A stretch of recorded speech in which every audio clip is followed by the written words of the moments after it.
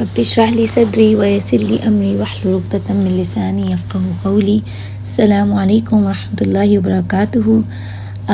Today is day 3 of our Ramadan series, Women Around the Prophet Sallallahu Alaihi Wasallam.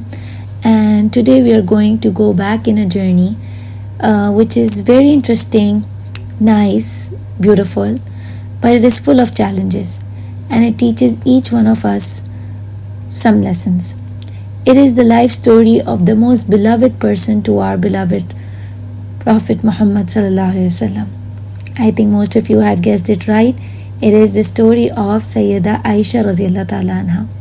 So this story is completely different from the first 2 days because Hazrat Aisha Radhiyallahu Ta'ala Anha was born in a Muslim household. That means that when she was born, Islam was already being spread. And her father, as we all know, was Prophet Muhammad Sallallahu Alaihi Wasallam's best friend, Abu Bakr Siddiq Radhiyallahu Ta'ala Anha. Of her unique qualities that we come to know, she's been described as someone who was very delicate. She was extremely observant. She had impeccable memory. She was very intelligent. She was very articulate. That's the reason she has narrated so many hadiths from the Prophet Sallallahu Alaihi Wasallam. And besides all these, she was also very knowledgeable. Not only the knowledge of deen, but there are narrations that say that she had a good knowledge of poetry, even dentistry and medicine, to the point that she was asked that we can understand that you have the knowledge about religion and history and fiqh and hadith, because of course she was sort of born and raised in a family where Islam was very prevalent. But how do you know about medicine? And she said that I used to watch when the tribes and the Bedouins used to come to the Prophet Sallallahu Alaihi Wasallam and asked him, and the Prophet Sallallahu Alaihi Wasallam used to teach them, and I learned from that. So she has a lot of things that we can take inspiration from. Her knowledge, of course, is inspirational. Other than that, her charity. There is an incident when it is narrated that she was fasting, and it was the time of Hazrat Umar Radhiyallahu Ta'ala Anha, and she was sent the allowance that was sent to the family of the Prophet Sallallahu Alaihi Wasallam, and she started giving all that money in charity until the time of iftar appeared, and she was fasting on that day, and her helper said that there is nothing left for us, and why did you not save something to break the fast? And that is the time that she said, oh, you should have reminded me. Today we see so many big philanthropists. Today we see people doing lots and lots of charity. But can we even imagine कि कोई इस हद तक charity करे, इतनी charity करे to the point that there is nothing left in the house, nothing when you are fasting? The first thing that we are fasting that comes in our mind is that what is an iftar today? But charity to that extent, that of course is very inspirational. Besides these qualities, we come to know of one very unique feature that was only in Hazrat Aisha Radhiyallahu Ta'ala Anha, and that unique feature is because of the fact that she was so young when she got married to the Prophet Sallallahu Alaihi Wasallam, and she brought that kind of youth to the Prophet Sallallahu Alaihi Wasallam's life, that there is an incident that she raised with the Prophet Sallallahu Alaihi Wasallam in her time, and then there was a time when she was younger and they raced together, and she was the one who won because she was of course younger than the Prophet Sallallahu Alaihi Wasallam. And then later on she narrates that of course when she had gained on some weight and she was not as young as she was, then they raced again, and this time the Prophet Sallallahu Alaihi Wasallam won, and they both laughed, and the Prophet Sallallahu Alaihi Wasallam said that this one is for that loss that I had when you were young. So this shows us the daily life, that the daily life of those people, because there are a lot of times that we think that maybe their life was just full of reading the Quran and doing the good deeds, and then sometimes we just get so we place them on such high pedestals that we believe that of course reaching to that level, or copying them, or being trying to be like them is almost impossible. But when we read such incidents, we find out that no, they were also like a very happy family is, like a husband and a wife, and playing with each other, having a nice time with each other, and being a support and being a source of joy for each other. Other than that, we find that she was, of course, as all young women, we all are young women sitting here, as all young women are, she was also she also had a very inquisitive nature. And there are lots of times when she asked the Prophet ﷺ questions, and that is the time when the Prophet ﷺ answered her questions, and that is how that she narrates so many ahadith and so many problems of the ummah, that lots of the fiqh issues that come from the life that Hazrat Aisha radiallahu ta'ala anha narrates, from those issues, that from the questions that she asked.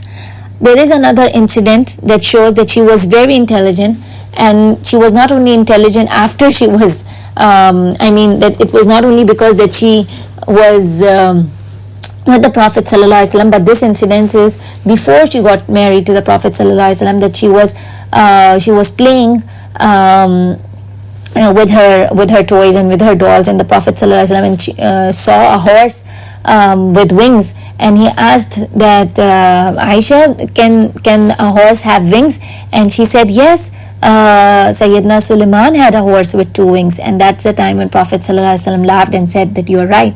So this shows that there is a woman in Islam, because of course these days, when there's so much of propaganda, when there's so much of false knowledge about Islam, that Islam is a religion where women are suppressed, or Islam is a religion where women are considered not as knowledgeable as men are, or Islam is a religion where men have been given a higher status. We see that no, Hazrat Aisha radiallahu ta'ala anha's personality shows us that she was intelligent, she was witty, she was inquisitive, she was playful, and there is a lot of inspiration from her life, and she was the most beloved to the Prophet ﷺ. There's an incident when Amr bin As radiallahu ta'ala anhu once asked the Prophet ﷺ that who is the most beloved to you, Ya Rasulullah, and he said that it's Hazrat Aisha radiallahu ta'ala anha. And imagine that when he said, because Amr bin As, because everyone amongst the Prophet ﷺ, every companion of the Prophet ﷺ used to think that they are the ones who are the most beloved to the Prophet. So when he asked this and he got this reply that it's Aisha radiallahu ta'ala anha, so he said that maybe now how can my name come? So he said that okay, what about the men, the Prophet ﷺ, and he said that Abiha, her father. So what a woman she was, that when the Prophet ﷺ wanted to mention Abu Bakr radiallahu ta'ala anha, he didn't mention his name, but he also associated his name with Aisha radiallahu ta'ala anha. But just now, like I mentioned, that there are times when we think that these people probably are unapproachable, or their lives were probably something that we cannot relate to. A very interesting incident that happened in the life of the Prophet ﷺ was that he said to Hazrat Aisha that I know when you are happy with me, and I know when you are upset with me. And she said that how come, how can you know that? And he said that when you are happy with me, you say by the Lord of Muhammad sallallahu alaihi wasallam, and when you are not happy with me, when you are upset, you swear, you say by the Lord of Ibrahim. And that is when Hazrat Aisha was, of course, she was caught red-handed, and she said that it's only my tongue, Ya Rasulullah, which says that, it's not my heart. So we find out that they were from their lives, that they of course had a very cordial relationship between them, and they were just as you can expect a husband and a wife to be, very loving towards each other and very beloved. And there are lots of lots of narrations from the Prophet Sallallahu Alaihi Wasallam that have been narrated by Hazrat Aisha. It is reported around 2,210 ahadith have been reported by Hazrat Aisha, and she is the woman who has amongst the women, she is the one who has narrated the most ahadith. And amongst the total, because whenever we listen to lots of hadiths have been reported by Abu Huraira, हम बहुत दफ़ा सुनते हैं ना अबू हुरैरा रज़ियल्लाहु ताला अन्हु से रिवायत है, अबू हुरैरा रज़ियल्लाहु ताला अन्हु से रिवायत है, तो of course he is the first one amongst the, अगर men और women की आपस में पूरी जो लिस्ट है उसमें हज़रत Abu Huraira is on the top of them, and number 5th पे हज़रत आयशा रज़ियल्लाहु ताला अन्हा है, but she is the first in the women, of course. But why I am telling you this, कि there were times when Hazrat Aisha radiallahu ta'ala anha, even she was so knowledgeable and she was still, despite being very knowledgeable and everything, she was the one just who sometimes, there were times when she even corrected mistakes of these sahabas. And there are two incidents that I was reading, and one of them was that जो हम अभी बता रहे थे कि हज़रत अबू हुरैरा जो हैं वो टॉप पे हैं उस लिस्ट में, तो एक दफ़ा हज़रत आयशा के सामने there was somebody who came and they said कि हज़रत Abu Huraira said that there are 3 things that the Prophet sallallahu alaihi wasallam said are not good. One is a woman, a house, and a horse. He said that these 3 things are not considered good. So so that's the time that Hazrat Aisha corrected and said that Hazrat Abu Huraira, when came, he did not hear the first part of what the Prophet ﷺ said, and the first part was actually that the Prophet ﷺ was actually saying that the Jews say this, that there are 3 things that are not liked. So Hazrat Abu Huraira has missed the first part. So that is what a knowledgeable person can do, that they can correct the other person's mistakes.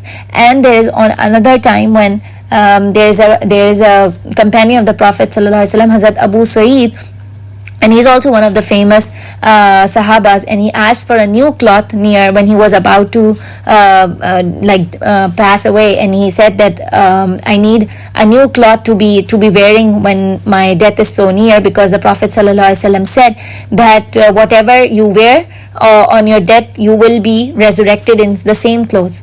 And that is the time Hazrat Aisha radiallahu anha said that may Allah have mercy on him, by the word libas, by the word cloth, the Prophet sallallahu alaihi wasallam actually meant the deeds and amal, and he did not mean the clothing in literal sense, but he meant it's actually the amal, that is the state in which you will die, the amal that you will take, that is the same amal that you will be resurrected with.